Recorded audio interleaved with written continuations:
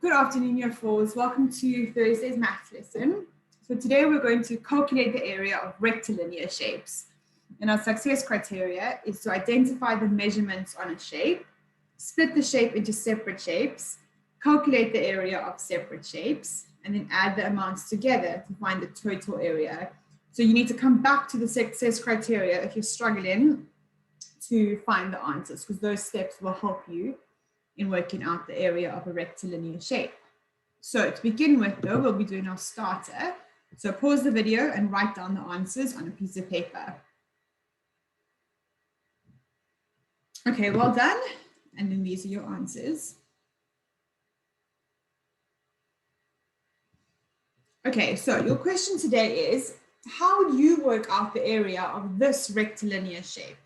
So remember, we looked at rectilinear shapes last week, and we said that they are all shapes that have got a horizontal and vertical line that meet at a right angle. So this is what a rectilinear shape could look like. So we were looking at finding area of perimeter of a rectilinear shape last week. So we had to add all the sides together. This time we need to find the area of the rectilinear shape. So we're looking at all of the insides of this rectilinear shape. That's what we need to find. So how would you find the area of this shape? So if you think back to yesterday's lesson, when we were calculating area of shapes without any squares, it would be very similar to doing that. So how do you think you would do that? So pause the video and try and work through this question carefully.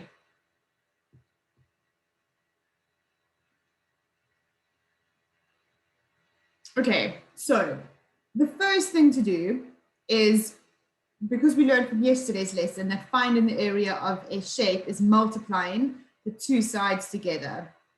So this rectilinear shape was split into two different shapes.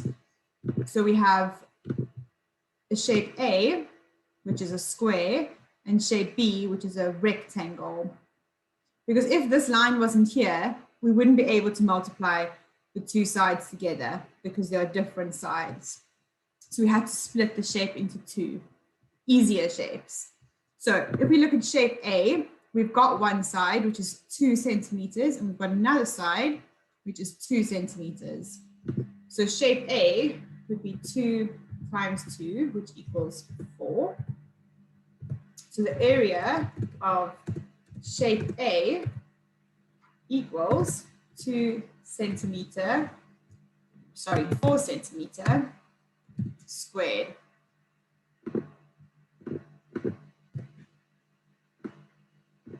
Okay, and remember yesterday we said that even though the squares aren't there, they technically are imaginary. So if we had to draw the squares in, it would look like this.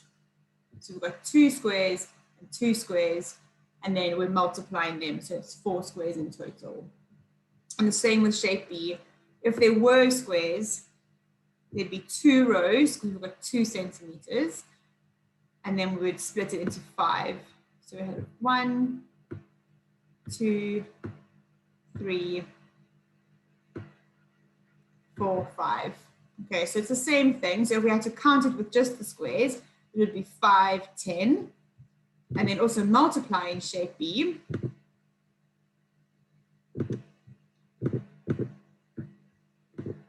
Would be 2 times 5, which equals 10.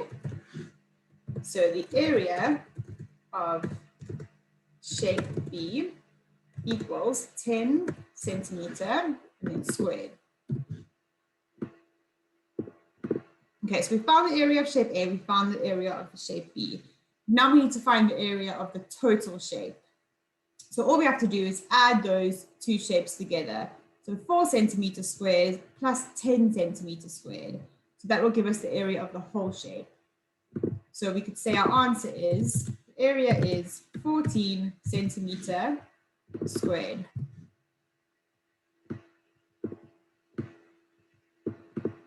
Okay, and then if we had to count the squares, even though there aren't any originally, we can see that it is 1, 2, 3, 4, 5, 6, 7, 8, 9, 10, 11, 12, 13, 14.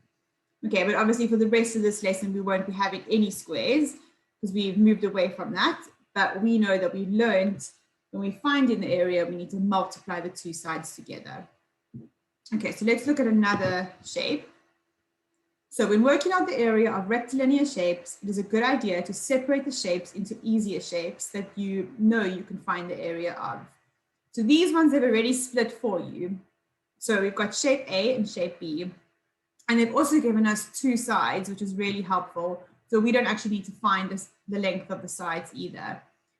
So shape A, we know we have to multiply the sides together. So 4 times 1 equals 4. So shape A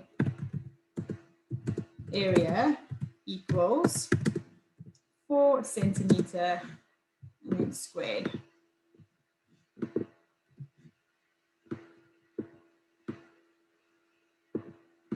Okay, then we've got shape B. So think about how I would find the area of shape B. So pause the video and see if you can do that shape for me. Okay, well done. So 3 times 2, because we're multiplying the two sides together, equals 6. So the area of shape B equals 6 centimeter squared. Okay, so we need to have the area of the entire shape, which now means we need to add the area of shape A and the area of shape B together. So the area of shape A was 4 centimeters and the area of shape B was 6 centimeters. So 4 plus 6 is 10 centimeters. So the total area equals 10 centimeters squared. Or we could have used the squared symbol. Okay, so let's do one more. Okay, so this shape hasn't been separated for you. So sometimes the shape won't be separated and you will need to do the separating. So think about which way is the easiest way for you to separate that shape. So they have given us some measurements as well, which is useful. So think about how you would separate that shape. So first, let's do that together. So draw the shape in your book and then separate it in a way that you think will be the easiest way to do. Okay, so there are two ways that I can see that you can separate this shape. So this would be the first way. So you could separate it like that. Or then you've got this shape and this shape. Or you could separate it like this. Now for today's lesson, I would have chosen this way because if we choose this way, they've already given us the measurements of two sides of both of our new shapes. Where if we had done it this way, we don't have a measurement for this side of this new shape. So we'd have to find that first. And it is possible to do that, but then we'd have to still do an extra step. So we always want to find the easiest way. So we'd separate it this way and we can then label to make it easier for ourselves. This will be called shape A and this will be called shape B. And now we can find the area of both shapes. So if we're looking at shape A, we need to multiply 8 times 3. So 8 times 3 is 24. So the area of shape A equals 24 centimeter squares.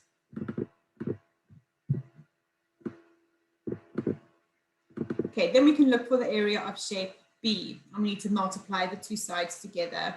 So 6 and 3. So 6 times 3 equals 18. So the area of shape B equals 18 centimeter squared.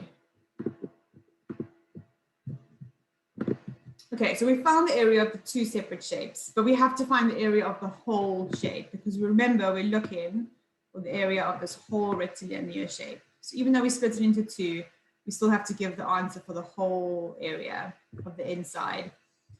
So we need to add shape A and shape B together. So 24 add 18. So if you need to, you can do column method or you can do that mentally. So the area equals 42 centimeter squared. Okay, so the next step for you to do now is to complete the assignment on Teams.